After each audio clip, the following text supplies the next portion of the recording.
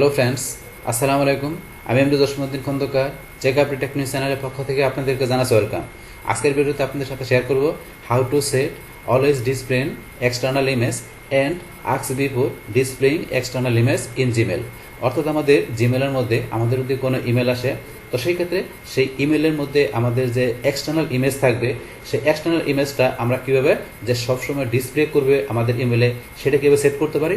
পাশাপাশি এখন আমাদের যে এক্সটার্নাল ইমেজটা আমরা যদি চাই কী করার জন্য, যে যখন আমাদের সেই ইমেলটা আমাদের ইমেজ সহকারে আসবে, সেই এক্সটার্নাল ইমেজটা আমরা যদি চাই এখান থেকে যে সবসময় ডিসপ্লে করবে না, যে আমাদের ডিসপ্লে করার সময় আমাদের কাছে কি জিজ্ঞাসা করবে, যে আস্ক বিফোর মানে পূর্বে জিজ্ঞাসা করবে, যে জিজ্ঞাসা করলে সেখানে আমরা যদি ক্লিক করি তাহলে আমাদের ইমেজটা শো করবে। তো এই দুইটা অপশন কীভাবে আমরা সেট করতে পারি সেই বিষয়টা বলছি দেখবো। তাহলে এখন এই কাজটা করার জন্য প্রথমে আমরা গুগল ক্রোম ব্রাউজারে চলে আসি।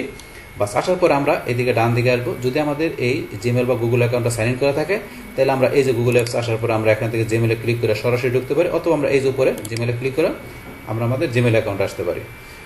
বাস আসার পরে এখন আমরা কোন বিষয়টা বলছি, যে এখানে ধরেন আমাদের এই যে ইমেল যেটা এগুলো আছে, এর ভিতরে ধরেন আমি যে কোনো একটা ইমেল, ধরেন আমি এই ইমেলটা এখান থেকে এটা ওপেন করলাম। বাস ওপেন করার পরে এই যে আমাদের ইমেলের মধ্যে ধরেন এখানে কিন্তু এই যে পিকচারটা দেওয়া আছে, কিংবা আরও পিকচার আছে।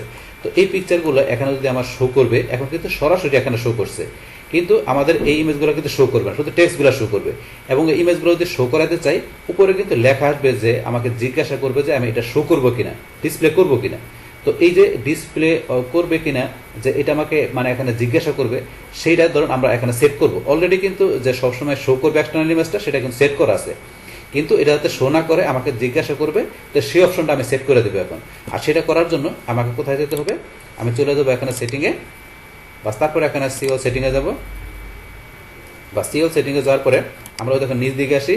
বাস নিচ দিকে আসার পরে আমাদের এই যে এখান থেকে আমাদের ইমেজের অপশনটা, এই যে ইমেজের অপশনটা কিন্তু ডিফল্ট, এই যে এখানে অলওয়েজ ডিসপ্লে এক্সটার্নাল ইমেজ, এটা কিন্তু সেট করা আছে, এই কারণে কিন্তু ইমেজটা আমার শো করছে।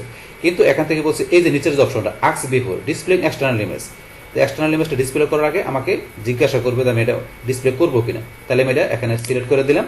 বাস করার পরে এখন যদি আমি নিচ দিকে আসি, বাস নিচ দিকে আসলে আমাকে এই যে সেভ চেঞ্জ, আমি এখানে সেভ চেঞ্জে ক্লিক করলাম। পাস করার পরে এখন ask two display external image, এটা আমি করবো কিনা।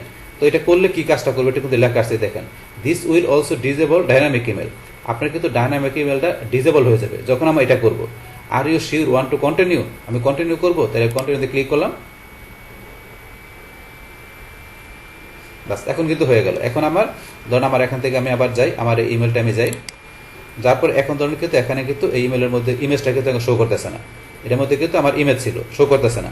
তাহলে এটা শো করতেছে না কেন, এই যে আমাকে ইমেজ আর নট ডিসপ্লে, ইমেজটা ডিসপ্লে করতেছে না। এখন আমি যদি এই যে এখানে বা আমি এই যে এখানে ক্লিক করি, তাহলে কিন্তু এই যে ডিসপ্লে ইমেজ বিলু, আমি এটা ক্লিক করলে এই যে ইমেজটা চলে আসছে। বাস আবার যদি আমি এখানে ইনবক্স থেকে অন্য একটা ইমেলে যাই, ধরুন আমি কোনটায় গেলাম, ধরুন এটাই গেলাম। তো এটা যাওয়ার পরে কিন্তু এটার মধ্যে কিন্তু আমার ইমেজ আছে, কিন্তু এটার মধ্যে ইমেজ শো করতেছে না। করার জন্য এই যে এখানে বা আমি এই যে এখানে যদি ক্লিক করি, বাস এই যে ইমেজগুলো শো করছে, এই যে শো করছে।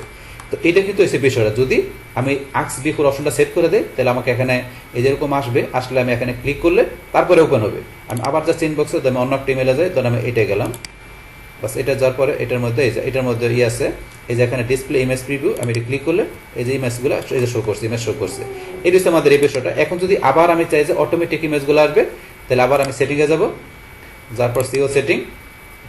বা সিও সেটিংয়ে যাওয়ার পরে আমার এখান থেকে কোনটা, এই যে অপশনটা, তো এই যে অপশনটা উপরে এটা কিন্তু আমার বাই ডিফল্ট সেট করা থাকে। এটা সেট করা থাকলে কি যদি লেখা আছে this option also disable dynamic email, আমাদের ডাইনামিক ইমেলের অপশনটা কিন্তু ডিজেবল হয়ে যায় যদি আমরা এটা দিয়ে রাখি। কিন্তু এটা আমরা দিয়ে কি কাজ করি, এটা কিন্তু আমরা অলরেডি দেখলাম। তাহলে এখন আমাদের ডিফল্ট কোনটা থাকে, এই ইমেজের মধ্যে এই অপশনটা। তো এই যে এখন অলওয়েজ ডিসপ্লে এক্সটার্নাল ইমেজ, আমরা এটা আবার ক্লিক করে দেয়। এটা ক্লিক করার পরে এখন আমরা আবার নিচ দিকে আসবো। বাস নিচ দিকে আসার পর আমরা সেভ চেঞ্জে ক্লিক করি। সেভ চেঞ্জে ক্লিক করার পরে এখন আবার আগের মতো আমাদের নর্মাল হয়ে গেল। এখন আপনি আমরা যে ইমেলে যাই, এই দেখেন ইমেজটা কিন্তু সরাসরি শো করছে। আমার কিন্তু এখানে ওই যে ডিসপ্লে ইমেজ করবো কিনা এটা কিন্তু অপশনটা নাই, সরাসরি ইমেজ চলে আসছে। আবার আমি যাই, যার পর অন্য কোনো ইমেলে যাই, এই দেখেন ইমেজগুলো কিন্তু সরাসরি চলে আসছে। আমার এখানে জিজ্ঞেস করে না যে আমি পিকচারগুলো ডিসপ্লে করবো কিনা। এইটি হচ্ছে আমাদের দুইটার মধ্যে পার্থক্য, এবং দুইটা কি কাজ করে সেটা আপনাদের আমি প্র্যাকটিক্যালি দেখা দিলাম। বাস তাহলে এই আমাদের এখানে বিষয়টা মূলত আমাদের আজকের ভিডিও।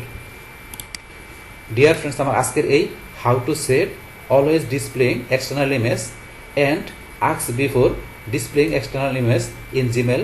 এই ভিডিওটি যদি আপনাদের কাছে ভালো লেগে থাকে কিংবা এই ভিডিও থেকে আপনারা কিছু শিখে থাকেন, উপকৃত হয়ে থাকেন, তাহলে আমার এই জেক আপডেট টেকনিক চ্যানেলটি আপনারা সাবস্ক্রাইব করবেন, লাইক করবেন, কমেন্ট করবেন এবং সবার সাথে শেয়ার করবেন। Thanks everybody.